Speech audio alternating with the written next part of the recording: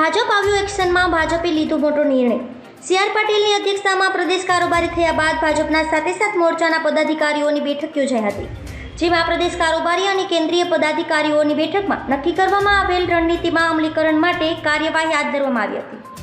ભારતીય જનતા પાર્ટીએ નિર્ણય કર્યો છે કે જે પણ લોકસભા કન્વીનર બનશે તે ચૂંટણી નહીં લડે, જિલ્લા અને રાજ્ય કક્ષાએ જોઈનિંગ ટીમ બનાવવામાં આવશે।